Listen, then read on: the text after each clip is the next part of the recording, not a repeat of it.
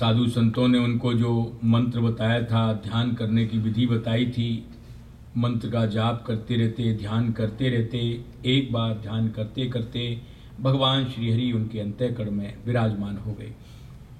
अब तो उनकी मनमोहनी छवि को देखते देखते इनको तृप्ति नहीं हो रही थी। अचानक वो छवि इनके अंतःकरण से गायब हो गई, आकुल व्याकुल हो उठे और जब बहुत छटपटाने लगे, आकाशवाणी सुनाई पड़ी, हंतास्मिन् जन्मनि भवान मां माम दुष्टुम यारति। इस जन्म में तुम मेरा साक्षात्कार नहीं कर पाओगे। जब किसी भी योग में किसी तरह से कोई कमी रह जाती है, अविपक्व अवस्था में रहता है, दुर्दर्शो हम कुयोगी नाम, मैं उस स्थिति में दिखाई नहीं देता। उन्होंने अपनी प्राप्ति का उपाय भी बताया। सत सेवया दीर्घयाते जाता मई दृढ़ामति।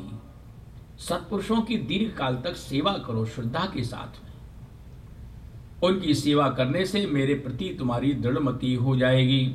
वो तो पहले से भी साधु संतों की सेवा किया करते थे और निष्ठा के साथ में सेवा करने लगे। अंत में वो काल आया, जैसे आकाशीय विद्युत से सब कुछ भस्म हो जाता है गिरने से, इसी तरह से इनका पांच भौतिक शरीर भगवान के ध्यान में लगे हुए थे और एकदम लय को प्राप्त हो गया। ये भगवान के धाम को प्राप्त होते हैं। सब लोगों में इनकी गति है, वीणा बजाते रहते हैं, प्रभु गुणान करते रहते हैं और विचरण करते रहते हैं। श्रीमन्नारायण नारायण नारायण, श्रीमन्नारायण नारायण नारायण, श्रीमन्नारायण नारायण नारायण, श्रीमन्नारायण नारायण नारायण, भजमन्नारायण नारायण नारायण, भजमन्नारायण नारायण नारायण, सत्यनारायण नारायण नारायण, सत्यनारायण नारायण नारायण, श्रीमन्नारायण नारायण नारायण, श्रीमन्नारायण नारायण नारायण, लक्ष्मी नारायण नारायण नारायण, लक्ष्मी नारायण नारायण नारायण। कथा का प्रारंभ महाभारत के प्रसंग से लिया जा रहा है। महाभारत का युद्ध समाप्त होने पर जब सभी योद्धा वीर गति को प्राप्त हो गए थे, अंत में भीम ने अपने गदा के प्रहार से दुर्योधन की जंघा को तोड़ दिया। इधर इस विजय के बाद में श्री कृष्ण ने पांडवों से कहा कि विजय के बाद में अपने शिविर में नहीं जाना चाहिए, साधु संतों के स्थान पर निवास करे, सत्संग करे। कृष्ण की प्रेरणा से पांडव उनके साथ में चले जाते हैं। कहा कि यहां फिर शिविर में कौन रहेगा? बोले शिव जी उसकी रक्षा करेंगे। शिव जी को रक्षा के लिए छोड़ दिया और श्री कृष्ण पांडवों को अपने साथ में लेकर के चले गए, शिविर में नहीं गए।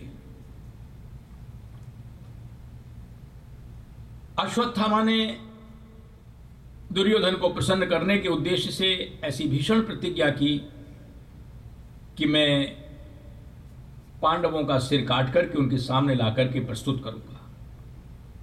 अपनी प्रतिज्ञा को पूर्ण करने के उद्देश्य से अश्वत्थामा पांडवों के शिविर की ओर गया। वहां पर महादेव जी पहरेदार के रूप में थे। युद्ध करने लगा, उनके सब अस्त्र शस्त्रों को महादेव जी निगल गए। देख लिया कि इनसे जीतना तो बड़ा कठिन है, उनकी स्तुति करने लगा। महादेव जी प्रसन्न हो गए, बोले वरदान मांग लो। बोले मैं चाहता हूं शिविर के अंदर अपनी इच्छा के अनुसार योद्धाओं का मैं संहार कर सकूं और आप मुझे इसके लिए अपनी तलवार भी दे दीजिए। महादेव जी प्रसन्न हो गए तो फिर वो उन्होंने वरदान दे दिया, एवं अस्तु। अश्वत्थामा ने शिविर में जाकर के अनेकों योद्धाओं का संहार किया। द्रौपदी के 5 पुत्र अपने पिताओं की शैया पर सो रहे थे। उन्होंने उन सब का वध कर दिया पांडव समझ करके, और अंत में आग लगाकर शिविर से चले गए। सूचना भेजी दुर्योधन के पास में कि सब पांडवों को समाप्त कर दिया है। बोले कोई प्रमाण? तो उनके सिर को काट करके ले गया था। उन्होंने जब सिर को दबा करके देखा तो वो फट गया। समझ लिया कि पांडवों के सिर नहीं हो सकते हैं। जो हमारी गदा के प्रहार से जिसके सिर पर कुछ नहीं होता था वो हमारे हाथ से टूट जाए, ऐसा संभव नहीं है। समझ लिया ये बालकों के सिर हैं, और उसमें उसका शरीर समाप्त हो गया, प्रसन्नता नहीं रही उसको। इधर सवेरे जब शिविर में लौट करके श्री कृष्ण के साथ में सभी पांडव आए, द्रौपदी भी उनके साथ में थी। द्रौपदी ने अपने मृत पुत्रों को जब देखा, सिर रहित धड़ को देखा, तो मां का हृदय आकुल व्याकुल हो उठा। ऐसी कौन मां होगी जो अपने पुत्र की ऐसी अवस्था को देख करके जिसको कष्ट ना हो। विलाप करने लगी। अर्जुन उनको सांत्वना देते हैं और कहा कि तुम चिंता मत करो, तुम्हारे पुत्रों का वध करने वाले उस आतताई को मैं तुम्हारे सामने ला करके प्रस्तुत करूंगा। अपनी प्रतिज्ञा को पूर्ण करने के उद्देश्य से अर्जुन चल दिए। श्री कृष्ण उनके सारथी हैं। अश्वत्थामा ने देखा कि अर्जुन मुझे मारने के लिए आ रहा है। उसने ब्रह्मास्त्र छोड़ दिया जिसकी कोई दूसरी काट नहीं होती है। अब तो वो ब्रह्मास्त्र बाण की आकृति में अग्निपुंज के रूप में चला आ रहा है। अर्जुन ने कृष्ण से कहा, कृष्ण कृष्ण महाबाहो भक्ता नाम अभयंकर त्वमेको दह्यमाना नाम अपवर्गोसी संसृते। कृष्ण देखो, ये बाण की आकृति में यह अग्निपुंज मेरे प्राणों को समाप्त करने के लिए बड़े वेग से चला आ रहा है। तुम आदि पुरुष हो, साक्षात ईश्वर हो, प्रकृति पर प्रकृति से परे हो। बहुत स्तुति किए। भगवान तो सब समझ गए। बोले अर्जुन, ये अश्वत्थामा ने ब्रह्मास्त्र छोड़ा है। छोड़ तो दिया है लेकिन उसको ये लौटाना नहीं जानता है। तुम भी ब्रह्मास्त्र का प्रयोग करो और दोनों का तुम निवर्तन करो। भगवान की आज्ञा से अर्जुन ने भी ब्रह्मास्त्र छोड़ा। दोनों ब्रह्मास्त्र टकराने लगे। दह्यमाना प्रजा सर्वा सामर्थकम अमंसत। और उन दोनों के टकराने से प्रजा को ऐसी अनुभूति होने लगी कि मानो प्रलय होने वाली। अर्जुन ने भगवान की आज्ञा से दोनों ब्रह्मास्त्रों का निवर्तन किया, लौटाया दोनों को।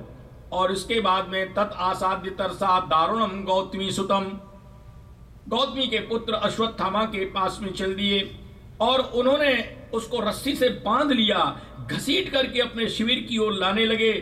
द्रौपदी महारानी ने जब देखा, अरे ये तो गुरुपुत्र हैं, एकदम भाव बदल गया।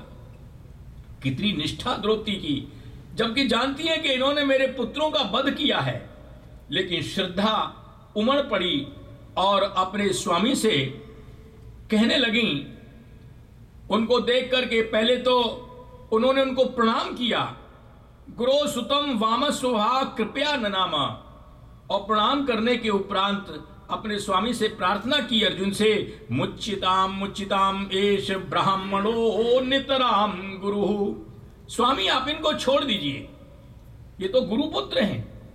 आपने जो कुछ भी सीखा है गुरुदेव की कृपा से ही सीखा है।